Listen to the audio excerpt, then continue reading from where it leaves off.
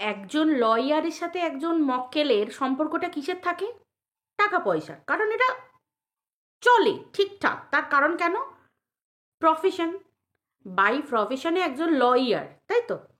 একজন লয়ারের এটা একটা নেবার হাক থাকে, অধিকার থাকে, যে আমি তোমার হয়ে লড়ছি কেস, তুমি আমাকে টাকা দেবে, আমার এটা প্রফেশন, এটা যুক্তিসঙ্গত, আইনসঙ্গত, যুক্তিসঙ্গত, সব দিক থেকে একদম স্ট্যাম্প মারা ব্যাপার। কিন্তু একজন কন্ট্রোভার্সি ক্রিয়েটারের সাথে একজন ব্লগারের কোনো স্বার্থ আছে? একটা ব্যাপার আছে, কন্ট্রোভার্সি ক্রিয়েটারদেরকে পাবলিকের কথা অনুযায়ী চলতে হয়, আর পাবলিককে ঘোল খাওয়ানো বেশি দিন যায় না।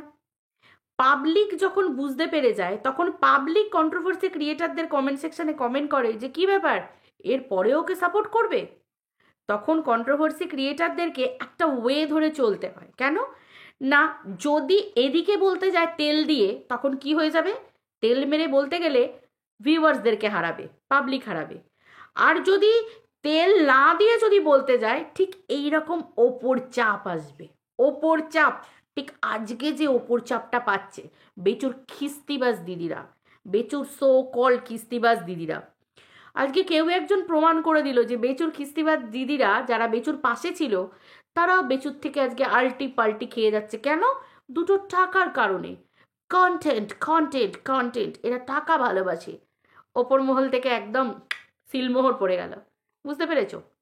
এবার দেখো, অনেকে বলতে পারে, এবার হ্যাঁ ওই যে বললাম একজন লয়ারই কেবলমাত্র বলতে পারে আমি পাশে থাকবো, আমি পাশে আছি। কেন? By profession. কারণ কেন? দেখো পরিষ্কার কথা, একটা কথা বলছি, কিছু মনে করো না তোমরা, এটা সত্যি কথা।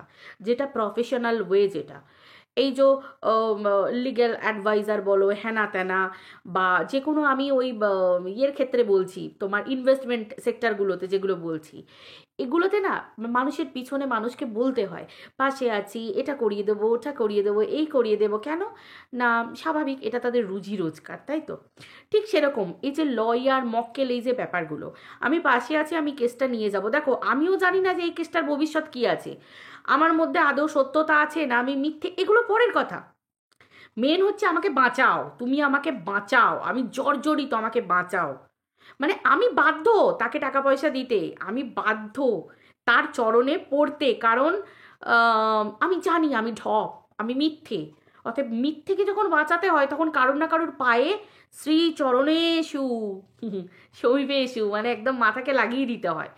তার মানে এই একমাত্র বুক বাজিয়ে একজন লয়ার বলতে পারে যে আমি পাশে থাকবো, আমি জানি তুমি ঢপবাজ, আমি জানি তুমি জোচ্চোর, আমি জানি তুমি ঠক, আমি জানি তুমি ফ্রড, তারপরেও আমি তোমার পাশে থাকবো। আমি জানি তুমি চরিত্রহীন, তারপরেও আমি পাশে থাকবো। এবার তোমরা বলবে এত বড় সাহস মিলি তুমি এই কথা বললে? হ্যাঁ বললাম। কেন বললাম? যে কোনো ফিল্ডেই নেগেটিভ পজিটিভ, দেখো আইনের কাছেও কিন্তু আইনের চোখ দুটো বাঁধা থাকে। কেন থাকে? ভুল ঠিক এই দুটোর বিচারটাকে যাতে সমকক্ষ করতে পারে, তাই তো? আইনের লড়াইটা কার মধ্যে হয়? একজন চুরি করেছে আর একজন চুরি করেনি, একজনকে মিথ্যে বদনাম দেওয়া হয়েছে আর একজন প্রকৃত চোর, তাই তো? যে প্রকৃত চোর তার ক্ষেত্রেও কিন্তু আইনজীবী থাকে। সেই আইনজীবীকে আমি কি খারাপ কথা বলবো? না, কারণ তার ওটা পেশা, তার ওটা পেশা, যে তিনি জানেন যে উনি চোর, তারপরেও উনি তাকে বাঁচাবার চেষ্টা করেন। এখানে তাহলে তো উনি চাকরি পেতেন না, তাহলে তো উনি চাকরিই পেতেন না, তাহলে তো উনি একটা কেস যেই হেরে যেতেন, সঙ্গে সঙ্গে ওনার চাকরিটাই চলে যেত, যে আপনি মিথ্যের সাথ দিলেন। আর অ্যাকচুয়ালি না, অ্যাকচুয়ালি এটা ওনাদের পেশা, বাই প্রফেশন, তাই তো? হ্যাঁ আমরা মানুষ বলতে পারি এ বাবা এই উকিলটা কি বাজে রে ভাই, মিথ্যের প্রশ্রয় দিচ্ছিল, ধর ওর কাছে যাবো না, ভীষণ মিথ্যে কথা বলে, এরকম একটা ব্যাপার আছে। আবার কেউ আছে যেন তেন প্রকারে থেতালে গোড়ালে জিতিয়ে দেয়, মিথ্যের পাশে থাকে, চল চল চল, আমি মিথ্যে দোষ করেছি, ভুল করেছি, ওর কাছেই যাব, ওনার কাছেই যাব, এরকম একটা ব্যাপার আছে। এগুলো প্রফেশন বেশি, সেগুলো চলে, এগুলো কোনো ভুল না। কিন্তু ব্যাপারটা হচ্ছে, আমি এটাই বোঝাতে চাইছি তোমাদেরকে, আশা করি তোমরা বুঝতে পারছো, যে কেবলমাত্র যে যার মুনাফা থাকবে, যে আমি লাভবান হব, আমি পাবো, সেই একমাত্র মিথ্যেকে প্রশ্রয় দেবে। সেই একমাত্র বলবে আমি আছি তোমার পাশে, বাকি সবাই সরে চলে আসবে, সবাই সরে চলে আসবে। কেন আসবে? কারণ এই দুনিয়াতে টাকা, আর টাকা ছাড়া জগৎ ফাঁকা, তাই তো? টাকা যে পাবে সেই পাশে থাকবে, আদারওয়াইজ যে আর কোনো স্বার্থ থাকবে না। স্বার্থ ছাড়া কেন মানুষ কাজ করবে? এটা তো খুব ধ্রুব সত্যি কথা। আজকে এই রকম বেচুকে নিয়ে কন্ট্রোভার্সি হচ্ছে, দুদিন পর আরও এঁচু কেঁচু ফেচু কন্ট্রোভার্সিতে চলে আসবে। বেচু কোথায় তলিয়ে যাবে? এই একটা বেচুর জন্য ভিউয়ার্সদেরকে মানুষ হারাবে। ঠিক বেচুর খিস্তিবাজ দিদিরা তাই করতে চলেছে, পরিষ্কার কথা। আজকে একজনের লাইভে দেখছিলাম, একজন খুব ভালো মানুষ বারবার লিখছিলেন একজনকে, যে এই যে বেচুর বাড়িতে পিয়ে আসবে এই কথাটা তো আপনিই বলেছিলেন। তখন দেখলাম একজন তিনি বলছেন যে হ্যাঁ এখনো তো বলছি, দুদিন পর একটা মেয়েকে নিয়ে রিলস করবে, একটা মেয়েকে নিয়ে এই করবে ওই করবে। ভাই, কেউ যদি বলির পাঁঠা হতে চায়, কেউ যদি এতটা মূর্খ হতে চায় যে নিজের ভালো নিজে বোঝে না, আয় কুড়ুলের ওপর পাটা আমি রেখে দিই, কোদালের ওপর পাটা রেখে দিই, কেউ যদি জেনে বুঝেও সেটা করে, কারুর কিচ্ছু বলার নেই। পুরো তলা ফাঁকা করে দিয়ে চলে যাবে, ভিটে মাটি চাটি করে দিয়ে চলে যাবে। কিছু কিছু মানুষ থাকে এতটা শুষে নিতে পারে না, এতটা শুষে নিতে পারে, আমার মনে হয় ডাইনিও ভাবে রক্ত শোষে না। সত্যি কথা বলছি, সেই ছোটবেলায় ডাইনির গল্প পড়েছিলাম, ডাইনিও পিশাচ ওরকমভাবে, নরপিশাচ ওরকমভাবে রক্ত শোষে না যতটা এই ধরনের কিছু মানুষ থাকে, ফ্রড, ঢপবাজ, মিথ্যেবাদী, ঠক, জোচ্চোর, প্রবঞ্চক থাকে তো সিনেমাতে, মুভিতে, তোমার কি বলে সিরিয়ালে, তারপরে পেপারে দেখো তো যে কিরকম ফ্রড কেস করেছে, একবারে নিগড়ে নিয়েছে। পাশে ছিল মানে শুভচিন্তাক হয়েছিল, অথচ বুঝতে পর্যন্ত পারেনি যে খাল কেটে কুমির আনা হয়েছে। তাই তো, পরিষ্কার কথা। ভাই, কন্ট্রোভার্সি ক্রিয়েটার 16 আনাই এরা জানে যে এদের নিজেদের স্বার্থ কোন জায়গায় আছে। সবাই যদি দিল থেকে করতো, দিল সে দিল তাক, তাহলে তো অনেক কিছু হয়ে যেত, তাই না? অনেক কিছু হয়ে যেত। আর পরিষ্কার কথা ভাই, দেখতে পাওয়া যাচ্ছে তো, পরিষ্কার কথা। আর একটা সব থেকে বড় প্রশ্ন, সিক্রেট রুমে কে আছে সেটা দেখাতে কে বলেছে? সিক্রেট রুমটাই দেখাক না, যে রুমটা বেচু ঘরের মধ্যে এখনো পর্যন্ত কোনো ছবি, কোনো ফোকাস কিছুই দেখায়নি, ক্যামেরার একটা ফোকাসও পড়েনি সেই রুমটার মধ্যে। শুধু রুমটা দেখাক না, যে আছে সে বেরিয়ে যাক, তারপর শুধু রুমটা দেখাক, কেমন রুমটা ডেকোরেশন করেছে। রুমটা বলেছিল না সারপ্রাইজ আছে তোমাদের জন্য, সারপ্রাইজটা তো হয়ে গেছে গোদের উপর বিষ পোড়া, সেটা তো এখন হয়ে গেছে, সারপ্রাইজ ভুলে যাও। তো রুমটা একটুখানি ঘুরিয়ে দেখেই দিক। আমরা কে বলেছি যে কোনা কোনা ছাঁদ মেরে কালা হিট দিয়ে দিয়ে দেখাতে? না না, আমরা শুধু রুমটা দেখতে চাইছি। রুমের ওই তোমার কি বলে কিভাবে কি করেছে না করেছে, কাভার্ডগুলো কীরকম কালার করেছে, তারপরে তোমার ড্রেসিং টেবিল কীরকম করেছে, তারপরে তোমার খাটটা কীরকম ধরনের করেছে, সেগুলো আমরা একটুখানি দেখতে চাই। আমরা একটু দেখতে চাইছি, শুধু এইটা শুধু দেখতে চাইছি। সেটুকু সাহসও নেই। কেন? কেন নেই? কিসের জন্য নেই? আমরা তো বলছি না যে বেচুকে ঝিঙ্কু মামুনিকে নিয়ে কিছু বলতে হবে, দরকার নেই ঝিঙ্কু মামুনির নিয়ে কোনো কথা বলার। কেন বলবে? সত্যিই তো তাই। আর আবার অনেকে তো আবার ভবিষ্যৎবাণী করেই দিয়েছে যে দুদিন পর আবার কোনো মেয়ে হয়তো দুজোড়া একজোড়া ছেলে নিয়ে বাচ্চা নিয়ে এসে বললো যে এটা হচ্ছে বেচুর বাচ্চা। সত্যিই তো তাই, বলতেও তো পারে। বলো, দুনিয়াটা কত খারাপ। বেচু সমস্ত বান্ধবীদেরকে বুকে টেনে জড়িয়ে ধরে বলে কি এই রকম বদনাম দেওয়া যেতে পারে? বলো, বান্ধবী হয় না নাকি? বলো, সবসময় খারাপভাবে দেখো কেন? প্লিজ ওরকমভাবে দেখো না বেচুকে, প্লিজ। আসলে কি জানো তো, মানে ঝরঝরে নড়বড়ে, দলের ভিত হচ্ছে ঝরঝরে নড়বড়ে। এরা একটা জায়গায় থেমে থাকতে পারে না, কেন জানো? কারণ এরা প্রথম থেকেই ভুল মানুষকে সাপোর্ট করে। আমি যদি একটা ভুল মানুষকে সাপোর্ট করি, তার সঙ্গ দিই, কতদিন আমি তাকে সাপোর্ট করতে পারি? তার ভুলটা ভুল জেনে আমরা তাকে কতদিন সাপোর্ট করতে পারি? আমরা কেউই চাই না কোনো মানুষ মরে যাক, কোনো মানুষ চিরজীবনের মতো ছি, তবা তবা। মানুষ বেঁচে থাকুক, সুস্থ নিরোগ হয়ে ভালোভাবে বেঁচে থাকুক। কিন্তু সে যদি নোংরামো করে, অ্যাজ আ কন্ট্রোভার্সি ক্রিয়েটার, পুরোপুরিভাবে তার নোংরামোটা ভিডিওতে দেখবো, যতটুকু দেখবো ততটুকু নিয়েই কথা বলবো। বাইরে ভিতরে গিয়ে গুপ্তচর বা স্পাই ক্যামেরা রেখে বাড়ির সামনে পিকনিক করে দেখার তো দরকার নেই। আর পিকনিক করব বাড়ির সামনে গিয়ে 2-3 দিন থাকবো, বেচু কখন বাইক নিয়ে বেরোবে, বেচু বাইকে নিয়ে বসিয়েছে, ওই যে বললাম, আমরা ঝিঙ্কু মামনিকেও দেখতে চাইছি না। বেচুর যে নতুন রুমটা করেছে, যে ঘরটা এখনো বেচু দেখায়নি, সেই ঘরটা দেখাতে বলুন যদি সাহস থাকে। ঘরটা দেখাতে বলুন না, আমরা অন্য কাউকে দেখাতে বলছি না। যদি বুকের পাটা থেকে থাকে তো, যদি দম থেকে থাকে তো। তাই না?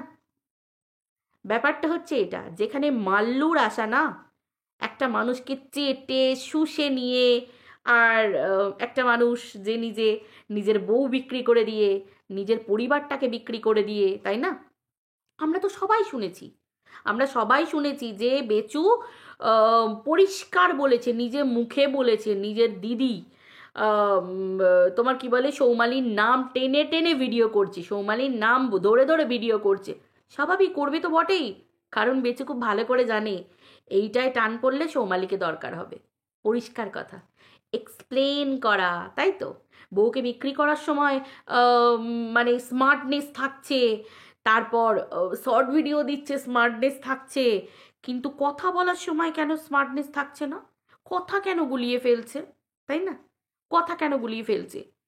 দাল্লি তো ভিডিওতে বলেছে যে বেচু কত স্মার্ট হয়ে গেছে, বেচু হ্যান্ডসাম হয়ে গেছে, বেচু আগের মতোই নেই, বেচু পাল্টে গেছে। তাহলে কথায় যখন বলছে, যখন বিদিয়ে বিদিয়ে কথা বলছে, দিদিদেরকে সব পার্টে জুতো মেরে 1 জানুয়ারির দিন, যে দিদিরা এতদিন ধরে পাশে থাকলো, ভাই 1 জানুয়ারির দিনকে দিদিদেরকে সপাটে জুতো মেরে দিল, লে হালুয়া। এটা বেচুর উচিত হয়নি, এটা উচিত হয়নি, তাই তো? দল তৈরি হলো, বাহিনী তৈরি হলো, কি যেন বাঁদর বাহিনী না হনুমান বাহিনী কি একটা তৈরি, ও সরি সরি, দুর্গা বাহিনী। কি, আমি ভেবেছি কি পোড়ামুখো বাঁদর বাহিনী না কি, কি বাহিনী ভুলে গেছিলাম, সরি সরি।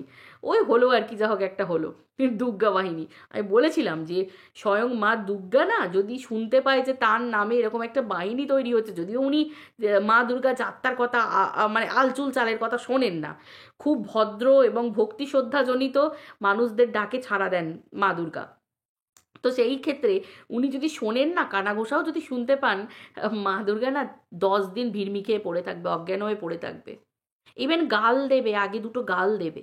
সত্যি কথা বলছি, এরকম একটা ব্যাপার হয়ে দাঁড়িয়েছে।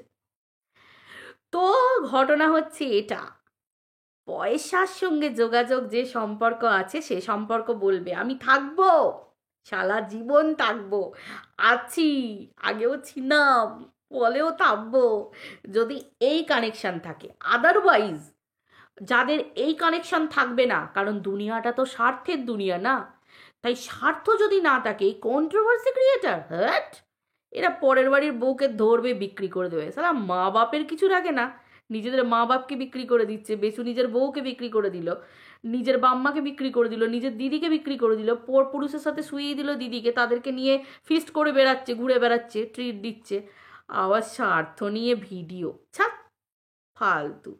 তো যাই হোক, তোমাদের সাথে এটা শেয়ার করার দরকার ছিল, তাই জন্য আমি তোমাদেরকে এটা বলতে এলাম, বুঝতে পারলে? এটা তোমাদের জানা দরকার বন্ধুরা।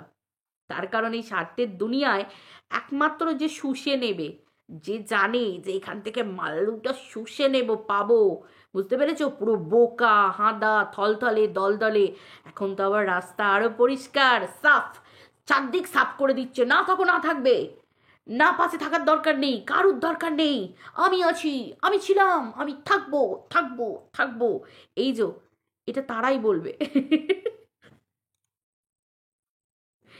একবারে পুরো এরম করে দাঁতটা ফোটাবো, সে ব্রহ্মদৈত্য নয়, নরপিশাচ, দেখবে আহাট, তারপর আরো সব ভূতের ইয়েগুলো দেখবে, এরম করে দুটো দাঁত ফুটিয়ে দিল, পুরো টুই করে রক্তটা শুষে নিল।